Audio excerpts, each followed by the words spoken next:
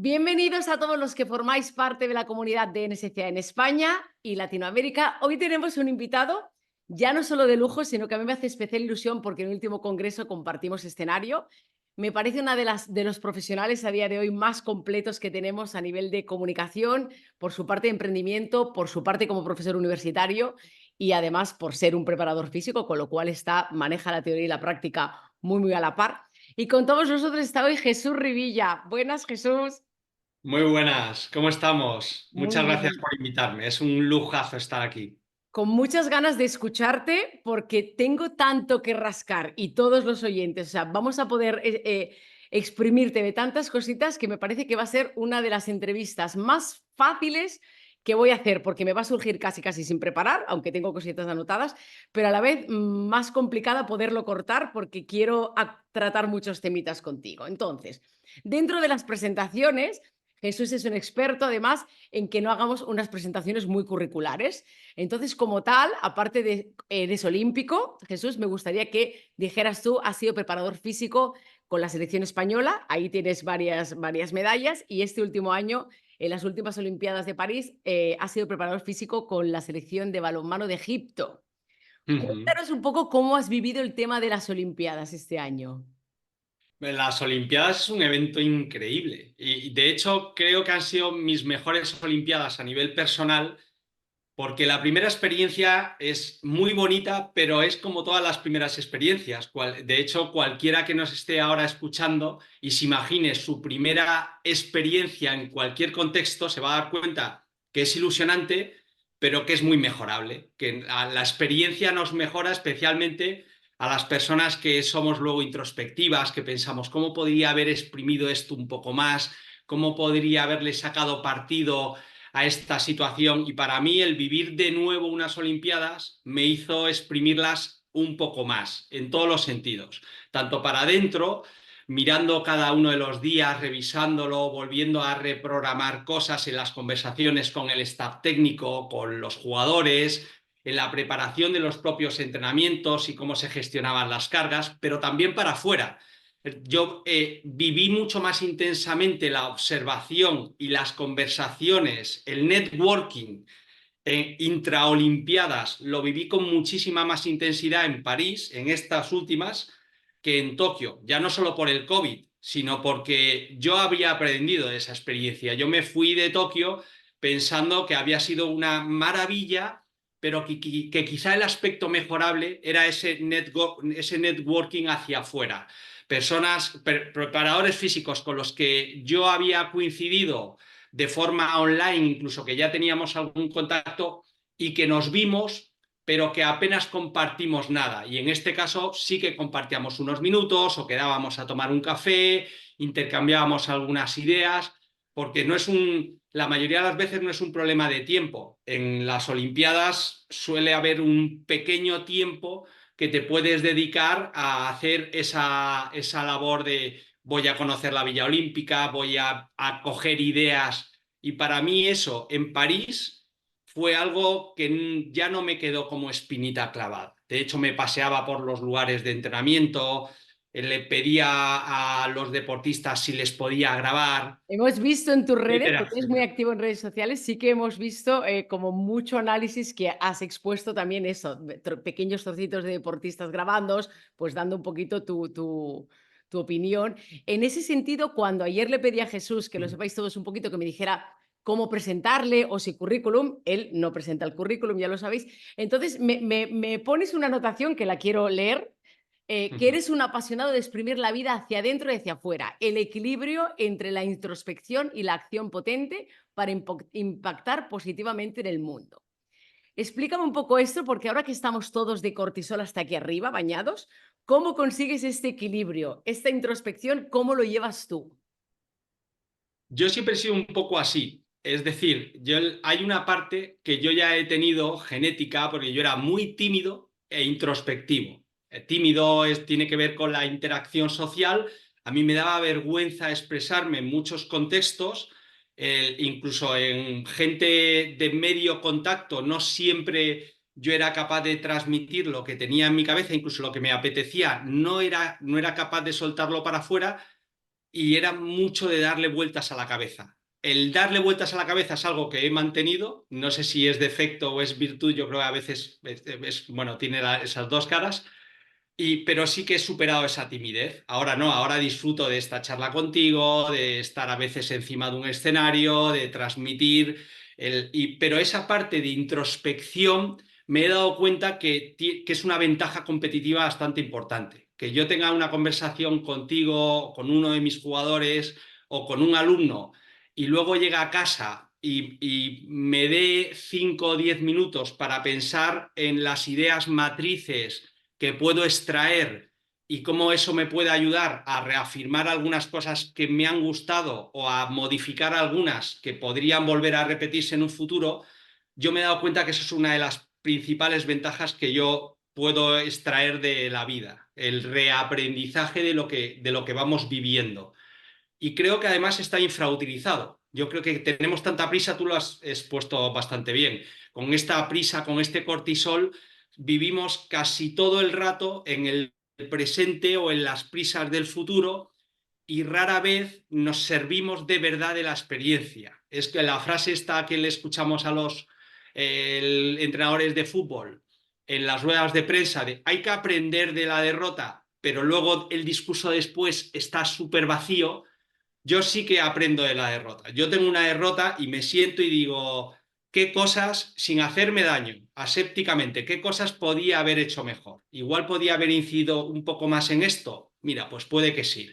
Esto sí que lo dije. Entonces, esto, check positivo y simplemente repetirlo. Esto, en cambio, lo pensé, pero me lo quedé hacia adentro. El día de mañana, si se vuelve a repetir, voy a insistir sobre esto. Y la vida se repite con mucha frecuencia.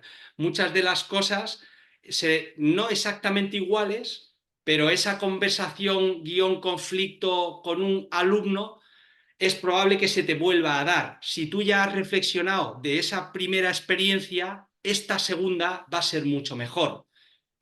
Fuera de cámara hablábamos un poco, no voy a hacer spoiler, pero hablábamos un poco de la negociación. Yo, después de negociar de forma muy deficitaria en mis primeras experiencias, Hablamos me de pasta, sentaba. ¿eh? Estamos hablando ahora eso, de cuando vas a un sitio y te Eso contratan y es, tienes que cobrar por una ponencia o a vosotros si sois preparadores físicos o entrenadores, o sea, ¿cuánto pido, no?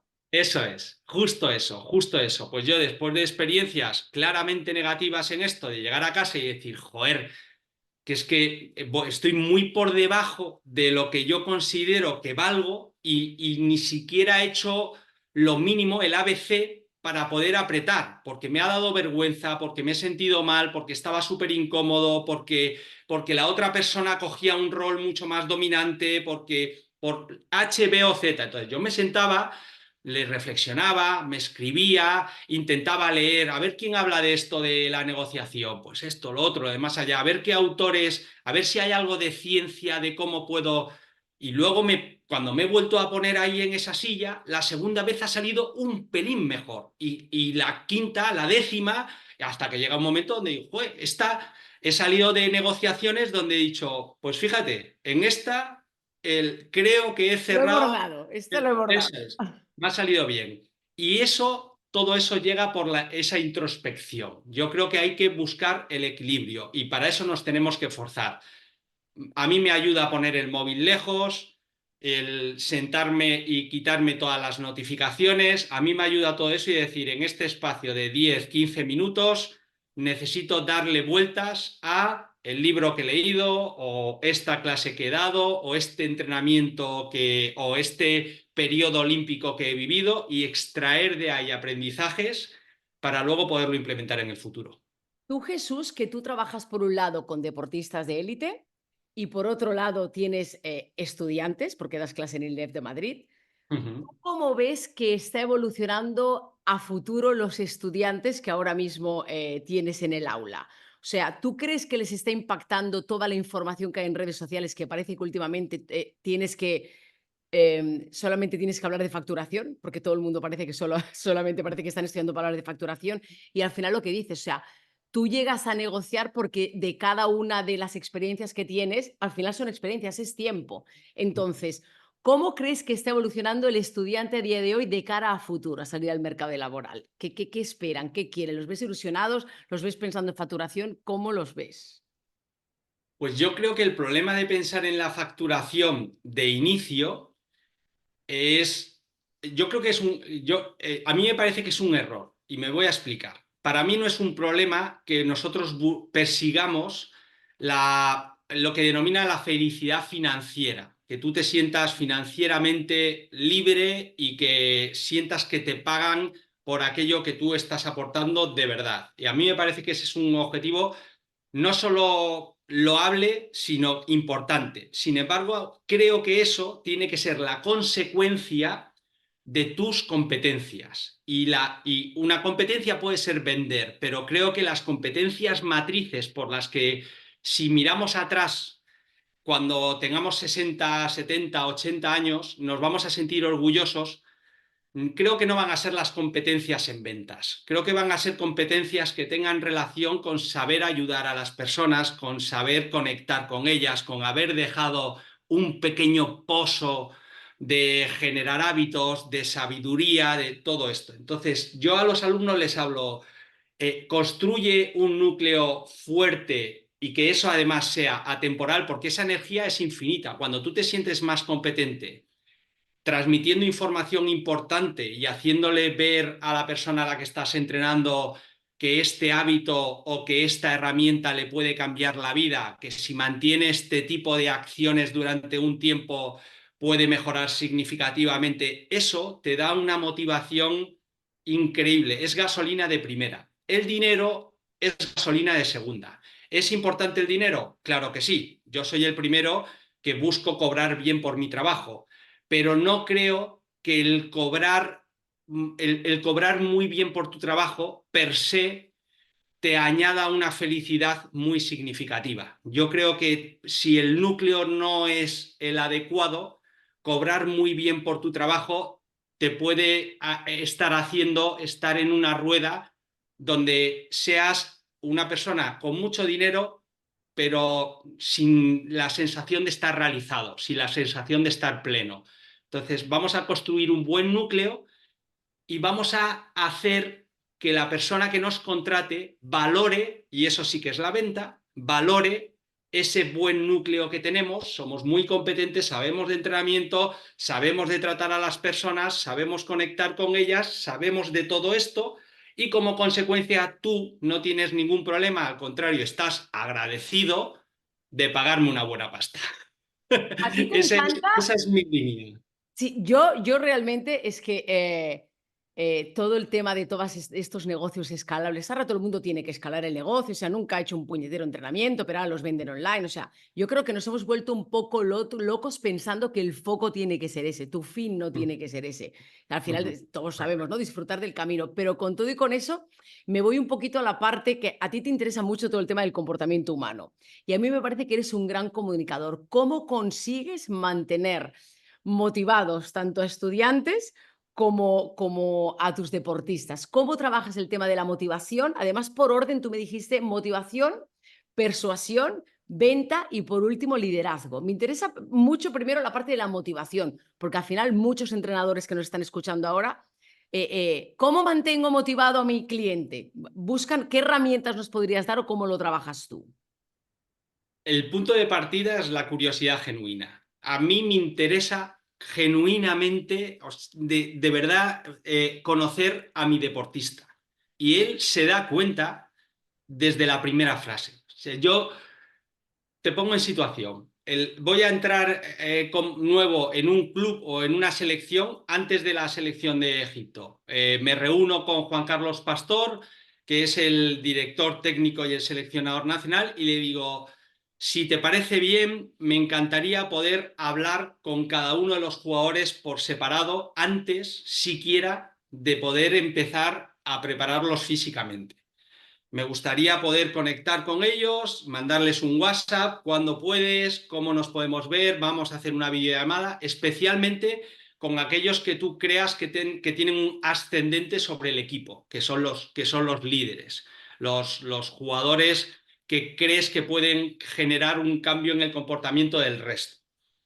Y esas conversaciones, yo sé que al preparador físico que me esté escuchando le generan tensión, porque a las personas se sienten muy incómodas de verse cara a cara con alguien que no conocen previamente, al que le atribuyen además un gran estatus deportivo y que incluso a veces nos hacemos pajas mentales de no va a querer que entre yo, a ver si me etiqueta como demasiado joven o y si piensa de mí previamente, no sé, y nos hacemos un montón de cosas. Yo creo que esa conversación es indispensable y en esa conversación yo trato de descubrir todo lo posible cuáles son sus motivaciones individuales. Luego hay cosas que nos motivan a todo el mundo. O sea, el hecho de lograr un gran éxito deportivo nos motiva a todo el mundo. El hecho de no lesionarse nos motiva a todo el mundo.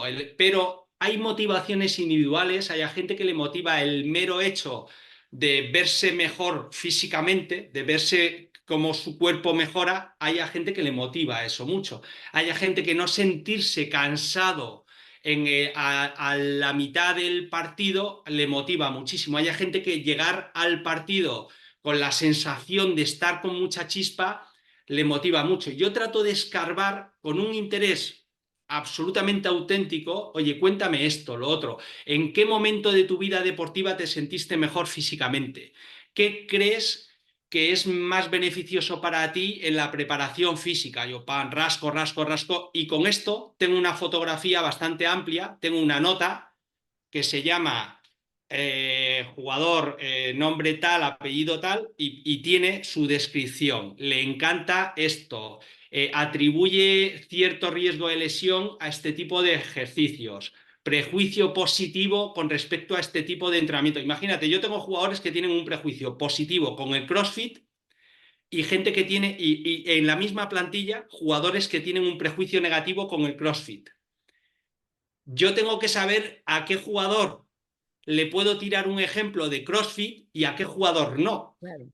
Y eso lo cambia, eso cambia las reglas, que yo le pueda decir, claro, es normal que tú pienses que el CrossFit es lesivo porque en este tipo de situaciones, y yo ya estoy conectando con una idea que él tiene muy arraigada. Por tanto, si tuviera que dar una estrategia de motivación muy fácil, es primero pregunta. Y en ese preguntar, intenta encontrar líneas donde puedas conectar con él y digas, si te encanta este tipo de ejercicios, que sepas que yo los utilizo muchísimo y que me parecen muy útiles. Y de hecho hay mucha evidencia científica que respalda que te puede venir bien para las acciones defensivas en balonmano. Y de repente el jugador ya te empieza a ver como un posible aliado, como alguien que le pueda ayudar. Porque algo que yo tengo súper claro, especialmente en el alto rendimiento, y probablemente tú lo sepas muy bien por lo que te toca, el jugador está pensando todo el rato qué hay de lo mío. El jugador está pensando todo el tiempo es No hay qué nadie puedo más sacar. egoísta que un jugador. Probablemente, probablemente. Está pensando qué puedo sacar yo de este tipo. Y si yo sé gestionar bien esto, con mis líneas rojas, claro, pero si yo sé gestionar mi entrenamiento y mi comportamiento de acuerdo a que el jugador entienda que soy el aliado de sus metas, ya he dado un paso decisivo, decisivo. Si él me mira a mí como alguien que le puede llevar a donde él quiere, yo ya tengo mucho, mucho ganado. En la opinión que él le va a dar a su compañero de mí, en cómo me va a buscar, etcétera, etcétera. Y la segunda estrategia es no empujes a que la gente, a que los jugadores, a caer bien a los jugadores. Caer bien al jugador es algo que tiene que ocurrir de forma orgánica cuando ocurra. Busca estar alineado con tus propios valores y con tu forma de ser. Eso de inicio hará que a algunos les vayas a caer mejor y a otros les vayas a caer peor, pero no estés empujando todo el rato en intentar caer bien. Es más, a lo único que te puedes dedicar tú es a ser tu mejor versión, a intentar ayudar a los demás y a darle mensajes a cada uno de los jugadores para realizarle esa ayuda. Y a partir de aquí, algunos igual tardan un año e incluso va a haber algunos con los que no consigas conectar y no pasa nada, así es la vida. Al final es lo que decimos, o sea, primero es un tema de feeling y luego es un tema también, o sea, de comunicación. Ujú, De comunicación y la comunicación tiene que ser un poco por los dos lados. En, ujú. ¿Cómo crees, o sea, dentro de las facetas que tú tienes, porque claro, tú eres emprendedor, tienes un centro deportivo con 3 socios, me parece que me Sí, comentaste, sí, sí, sí. preparador físico, profesor y mentor. ¿Con cuál de estas facetas te quedarías y por qué? Ya sé que con todas porque las haces todas, o sea, yo también, Claro. pero ¿cuál tiene, para cuál estás tirando más ahora? Eh, Mira, yo te diría que cual no es para mí, y esto va a sonar como a demasiado idílico, pero es algo que pienso profundamente. Para mí no es un rol determinado en ningún caso, para mí es una función.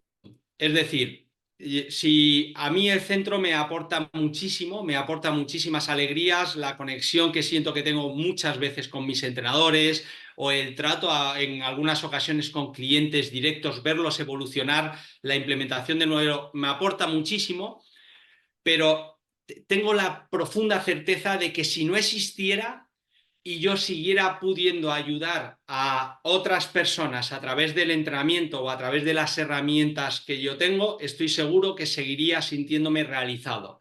Y tengo exactamente la misma sensación con las clases. Me siento profundamente agradecido cada vez que estoy en ese contexto y veo a los alumnos motivados, que me preguntan, luego me escriben un correo, que no sé qué, pero si mañana esas clases acaban, pero yo sigo encontrando una forma donde transmitir a las personas, oye, ¿cómo te puedo echar una mano y ganarme la vida? Me seguiría sintiendo pleno. Y exactamente igual con el alto rendimiento. De hecho, el alto rendimiento es lo más sobrevalorado que existe. Yo se lo digo a los alumnos que están locos por dedicarse al alto nivel, les cuento esto. Yo les digo que sepáis que el alto rendimiento per se no creo que sea algo especialmente mejor que cualquier otro escenario. Para mí, el haber ayudado a mi hermano pequeño a superar las pruebas de INEF o el haber ayudado a un montón de personas anónimas es igual, exactamente igual de significativo. De hecho, a veces tengo la sensación de que si tuviera que hacer una escaleta de cómo resuena eso en mi interior, en mi corazón, etcétera, en esa escaleta estaría más alto eso que muchas de que un oro de un europeo. Ya, pero ¿sabes lo que pasa, Jesús? Que al final los logros que uno tiene le ponen a uno su marca con una autoridad, ¿no? El otro día, bueno, yo por mis temas personales de mi marido y tal, o sea, hay entrenadores que le dan consejos, vamos a decir de alguna forma, claro, tú das un consejo cuando has ganado 2 Euroligas, pero, ¿sabes? Quiero decir que desde tus logros a lo mejor es más entendible decir, a mí lo que me llena es conseguir que una persona cambie su vida, cambie sus hábitos. Pero Perfecto. claro, a lo mejor un chico de los que tienes a lo mejor en clase, al final si su objetivo es conseguir ese logro, aunque luego ojalá sea el transformar la vida de los demás, ¿no? O sea, vamos a ser un poco más románticos, deberíamos ir todos en esa línea y el mundo iría muchísimo mejor. Pero al final sí que hay una parte que necesitan su pequeñita medalla, ¿sabes? Sí, Y el alto rendimiento al final lo que te da un poquito es esa pequeñita medalla, ese reconocimiento y todos, pues oye, el ego, pues hay que llenarlo un poquito. Entonces, yo creo que muchas veces los que habláis, yo lo digo porque yo no tengo ningún, o sea, vamos, campeona de aeróbic del año con chimpún, cuando tienen ese reconocimiento o esa medalla o ese oro, pues hace que puedan hablar también desde toda tu experiencia y desde ese punto de vista más romántico, vamos a decirlo así. sí, pero al mismo tiempo, creo que un objetivo vital, yo hablo mucho de eso, de objetivos que deberíamos tener en la vida y que cada uno se ponga los suyos, pero que probablemente puedan ser objetivos transferibles a gran parte de la población. Un objetivo vital es hackear esta conexión que hemos hecho o que hacemos de forma natural, porque además hay un montón de estudios científicos que refrendan esto que tú acabas de decir, la conexión que le damos al valor de un mensaje de alguien que está respaldado por premios, por Y el títulos, por respeto, experiencia, es que el respeto, respeto es a la que abres más autoridad. los oídos ya. Exacto. Exacto. Y sin embargo, yo creo que un objetivo vital es hackear al menos un poquito esto. No sobredimensionar, no sobredimensionar el valor que puede tener una persona por eso que tiene, y tampoco infravalorar el valor que te puede aportar alguien que no lo tenga. Yo no digo que no debiera tener ninguna influencia, no lo sé, aún estoy construyendo mi propio criterio, pero sí que sé, y fíjate, esto me lo da que yo siendo muy joven empecé a trabajar con personas que tenían un enorme prestigio público, un enorme reconocimiento, y en la distancia corta, oh, ¡oh, qué decepción!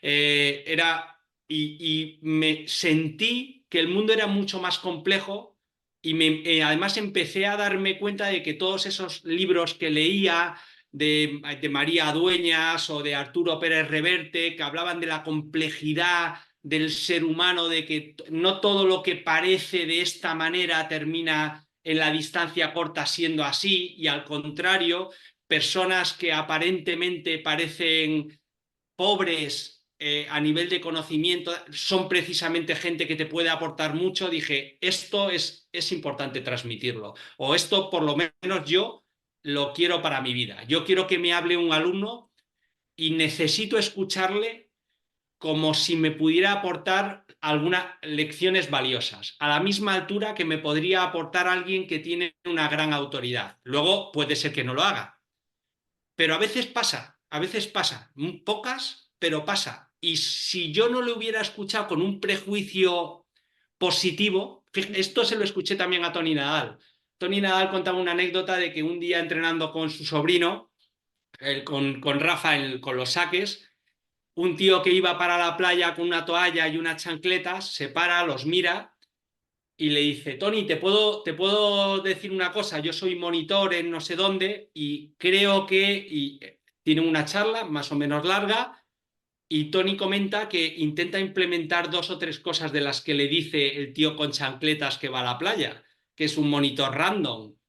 Y me pareció que era un ejemplo que ilustraba muy bien esta mirada. Yo creo que necesitamos hackear esto un poco, Sí, creo, ¿eh? sí, yo creo que además ponemos como muchas etiquetas. Por otro lado, también te genera a lo mejor unas expectativas y luego es lo que dices, ostras, escuchas y no, no es lo que me esperaba o se te queda corto y la persona que no tiene a lo mejor esos oros y dices, es que me está llenando, me está dando un aprendizaje o me está dando un punto de vista que además esa persona lo dice sin ninguna presión. Quiero decir, si quieres lo aplicas y si no, Exacto, en exacto. la parte de comunicación, yo estoy dentro de un grupo de WhatsApp que tienes, ¿Vale? academia, etc. Me gustaría que nos explicaras qué comunicas ahí, qué compartes. Yo lo sé porque estoy dentro, pero ¿y cómo te organizas para subir ese contenido? ¿Y cuál es tu objetivo con esto? ¿Qué compartes en este grupo de WhatsApp? Yo lo que intento compartir en este grupo de WhatsApp son herramientas prácticas del ABC. Yo soy muy consciente de que en un grupo donde no vas a tener un contacto personal uno a uno, o en grupos reducidos, o donde no te vas a poder extender demasiado porque al final la información de un WhatsApp es reducida, tiene que ser algo cortito y muy al grano. Y esa información es clave para que yo no pase mis líneas rojas, que no sea información que pueda llevar a aplicaciones contraproducentes. Entonces, yo intento dar cosas que sean sencillas, muy mascadas y con ejemplos prácticos que yo mismo estoy aplicando. La mayoría de las veces incluso pongo vídeos míos que digo, mira, ¿cómo aplico yo un circuito que tiene una orientación a mejorar la fuerza lo máximo posible? Pues mira, lo aplico de esta manera. Si tuviera que hacer algo rápido, lo que tendría muy en cuenta es esto. Y por lo menos para mi tranquilidad me obligo a contarles, oye, por favor, no hagas esto ni en este contexto, ni en este perfil, ni con este tipo de personas, ni con este tipo de personas que todavía no tengan un nivel mínimo de... y entonces trato de transmitir eso, el ABC del entrenamiento, con aplicaciones prácticas. Y lo cierto es que WhatsApp es una comunicación bastante más directa. Me he encontrado que hay un retorno mucho más fluido y me gusta más el contacto que genera que las propias redes sociales. Las redes sociales, estoy hablando de Instagram, por ejemplo, es verdad que se difunde mucho la información, pero no sabes muy bien cómo lo está filtrando cada uno. En Sí, este yo caso yo también. lanzo una publicación y tengo 10, 15, 20 vueltas. Oye Jesús, estaba pensando en aplicar esto, ¿me puedes mirar este vídeo? Y digo, mira, creo que esto necesita una aclaración de tal, y entonces la pongo. O creo que esto se ha entendido perfectamente porque de los 20, 15 de ellos han aplicado perfectamente. O sea, la parte de las redes que comentabas, tú eres muy activo en redes, eres muy activo, Me te gusta lo serlo. curras mucho. Las redes al final sí que es como un expositor, en teoría tiene que ser bidireccional, pero muchas veces subes y ese se queda un poquito diluido. Al final en WhatsApp tienes un grupo, es un poquito más cerrado y como decías, la comunicación es más directa. Ujú. Dentro de ese grupo, que yo he visto algunos ejercicios que has subido, hablas, o sea, te muestras como un enamorado de los ejercicios de inestabilidad, siempre bajo un control. Además, me escuchaba el último audio que habías comentado un poquito con una buena aplicación de la fuerza, carga, velocidad y potencia. Ahí te voy a decir, ¿por qué tienes amor por esos ejercicios? Y que nos aclares, como nos habías dejado en el audio, qué aportan o a quién sí o a quién no. Hablo primero de los beneficios porque creo que además es lo que te abre la puerta a que la gente esté pendiente. Le- la inestabilidad nos puede ayudar a mejorar nuestra vida diaria, nuestro día a día y nuestra vida deportiva en caso de que la tengamos. Es decir, la mayoría de las acciones que nosotros hacemos en la vida diaria o en la vida laboral no son acciones estables. La mayoría de las posiciones que nosotros hacemos cuando nos agachamos a coger un peso, cuando tenemos que empujar la nevera para un lado, o cuando tenemos que llevar una mochila o llevas el bolso a un lado, cuando tienes que mover una mesa, todas esas acciones tienen cierto componente de inestabilidad. En casi ningún caso, las fuerzas que tú tienes que generar son en unas condiciones totalmente estables. Tienes que realizar una acción más o menos alterna o con una carga que va a ser diferente de un lado que de otro. Mira, un buen ejemplo es llevar las bolsas de la compra. Las bolsas de la compra no van a pesar lo mismo, nunca, porque no nos ponemos a medirlo. O a veces incluso llevamos una sola bolsa de la compra. Solo esa acción que en un gimnasio se simularía como el paseo del granjero, pero Sí. con la carga desequilibrada, solo esa acción ya añade un extra de inestabilidad. Ahora, ¿cuál es el problema? Y nosotros hemos medido esto en la tesis de Moisés Marquina, de la que yo fui director. Hemos medido un montón de situaciones diferentes. El problema es que cuando añades mucha inestabilidad, la aplicación de fuerza es muy inferior y además se producen más errores técnicos en personas que tienen un nivel medio o medio bajo. Entonces, mi obsesión es añade inestabilidad solo cuando sientas que la persona ya está preparada para afrontar una situación estable y entonces es de forma normal y lógica pasar a la situación un poco más inestable, pero no te obsesiones con añadir cada vez más y más y más inestabilidad, porque en esto, como en casi todos los principios vitales, yo creo que el camino medio, la zona media entre que yo añada inestabilidad, pero que al mismo tiempo pueda manejar bien la carga, probablemente ahí, para mí, esa es la zona mágica del entrenamiento. Te pongo un ejemplo. Si yo hago un press de banca a una mano, eso añade inestabilidad y de hecho la coactivación de la musculatura del hombro, del core, la musculatura activadora de la rodilla, todo esto aumenta.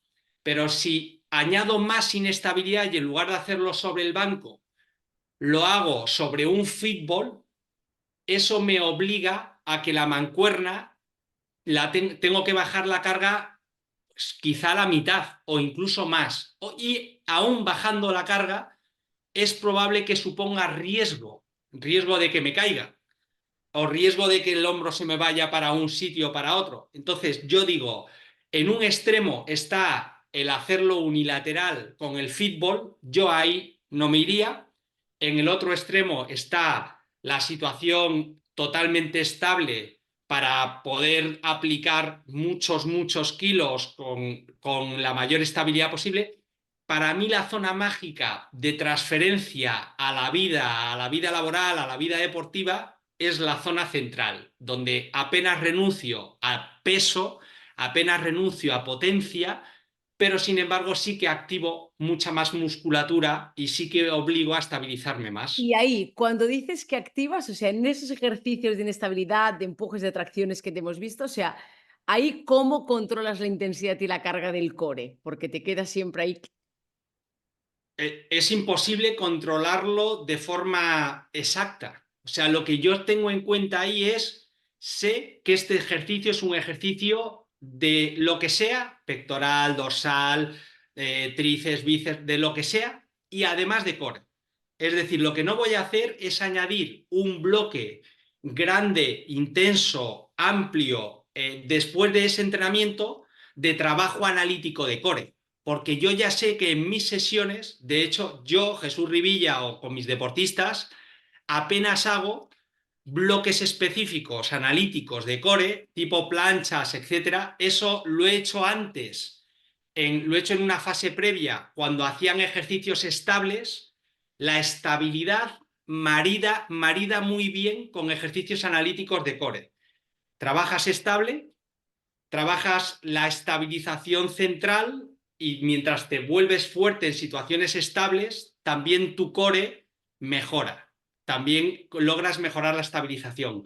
Pero a medida que puedes avanzar y ya el trabajo estable lo puedes hacer un poco más inestable, lo que tienes que entender es que a partir de ese momento el core ya está trabajando de forma intensa y alta. De hecho, yo mismo he tenido agujetas en la zona central sin haber hecho trabajo analítico de la zona central. Específico.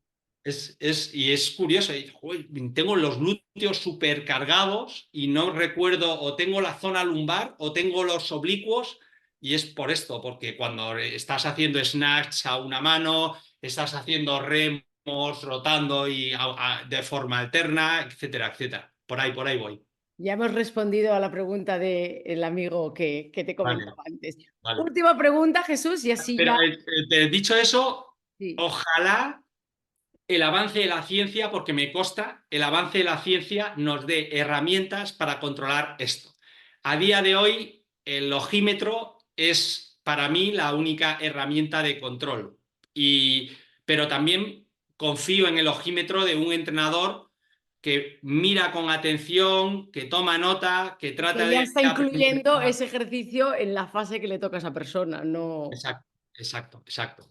Última preguntita, ¿qué parámetros tienes en cuenta y qué crees que se debe incluir en un circuito neuromuscular de calidad?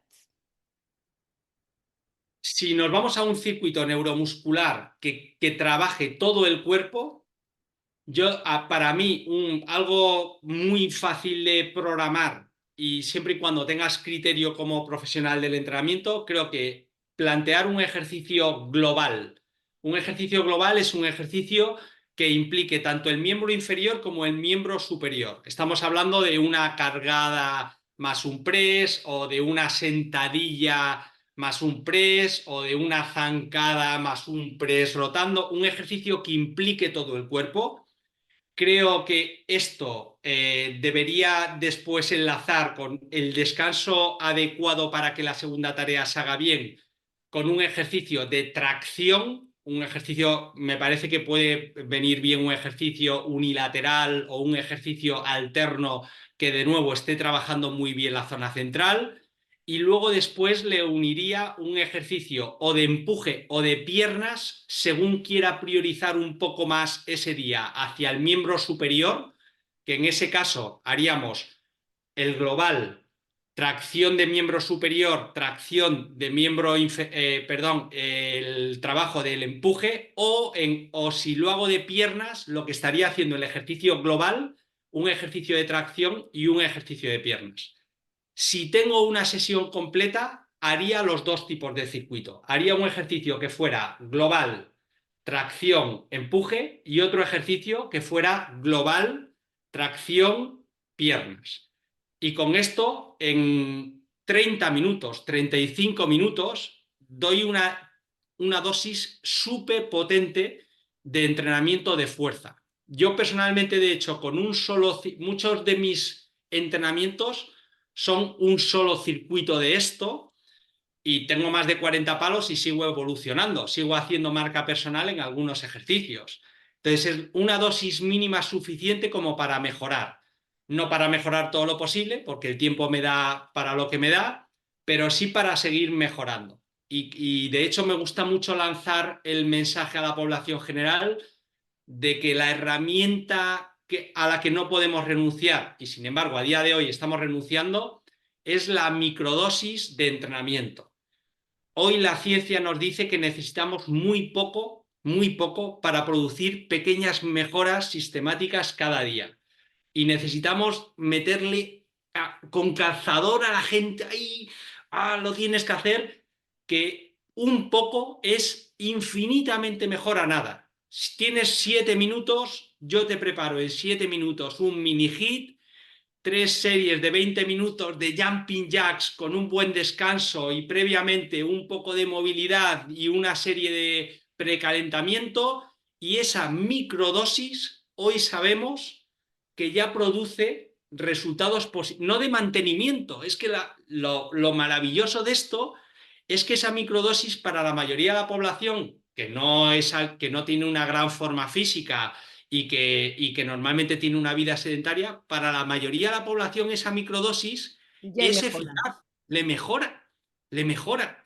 Pero esto, y estoy un poco frustrado con esto, Leticia, Sí, porque porque la gente no todavía llega, sigue no pensando que llega. tiene que hacer mucho. No tengo tiempo, no tengo tiempo. ¿Qué tienes? ¿5 minutos? Vamos, pues solo Eso, este poquito eso es, eso es, al tipo de vida que llevamos ahora tan sumamente sedentaria, porque claro, no tiene eso nada es, que ver a como estaban nuestras abuelas, ya suma. Así que eso con es. este mensaje, si lo vamos sumando todos, yo creo que Jesús, no te frustres, lo conseguiremos. Te quiero dar las Ah, gracias. Si nos quieres dejar un último cierre, una conclusión para todas las personas que nos han escuchado. pues mira, mi cierre iría con el inicio. Yo creo que tenemos que pensar un poco en el legado que dejamos en el mundo. Y eso, al principio, cuando pensamos en eso, nos da una mochila muy grande, como de mucho peso, pero lo que yo le quiero transmitir al mundo es: libérate de esa mochila y piensa que hay dos cosas que probablemente todos podemos hacer desde este mismo instante como legado. La primera es intentar generar experiencias positivas allá donde vayamos. Si yo he estado aquí en este ratito contigo, me lo he pasado muy bien, eso ya forma parte de mi legado y también del tuyo. Y te doy las gracias por ello. Por Entonces, tenemos supuesto. que pensar un poco en esto. Y la segunda cuestión, que eso ya es como la vuelta de tuerca, es: ¿y si además de que esa experiencia sea placentera, puede ayudar a alguien? ¿Y si tú puedes ser un elemento que digas, oye, yo hago la vida de la gente que tengo alrededor un poco mejor con mis conocimientos, con mis emociones, con mi gestión de la situación? Y en este legado los entrenadores tenemos mucho que decir, porque los entrenadores cada rato podemos conseguir las dos cosas. Cada rato podemos hacer que la experiencia sea guay, sea placentera, sea de disfrute, y podemos hacer que esa persona sienta que le estamos ayudando a mejorar.